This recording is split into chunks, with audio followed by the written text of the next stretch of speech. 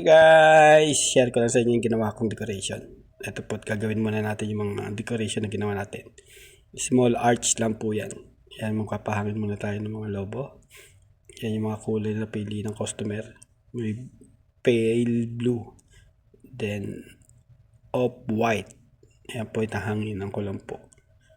Yan, binubuhol-buhol ko na para i-arrange na lang natin mabilis. Ayan na yung mga lobong ginamit ko. Ayan, 1 year old. May polka dots sa pong mga lobo. Ayan. Yan yung attach na natin sa isa't isa para mabilis. Nakagawa na tayo ng arch balloon decoration sa first birthday ng baby nila. Ayan. Lumabas ako ng shop. Pumunta kami sa bahay. Inatid ako ni boss. Ayan, mabilis ko lang ginagawa. Ayan. Nakaready naman na lahat yan. I-attach na lang natin. Ayan, tapos i-arrange natin sa pwesto niya. Ayan. Ganyan po. Sana po nagustuhan nyo yung ginawa nating arrangement.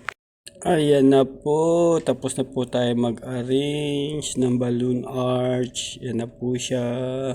Sana nagustuhan nyo. Salamat po. Happy New Year!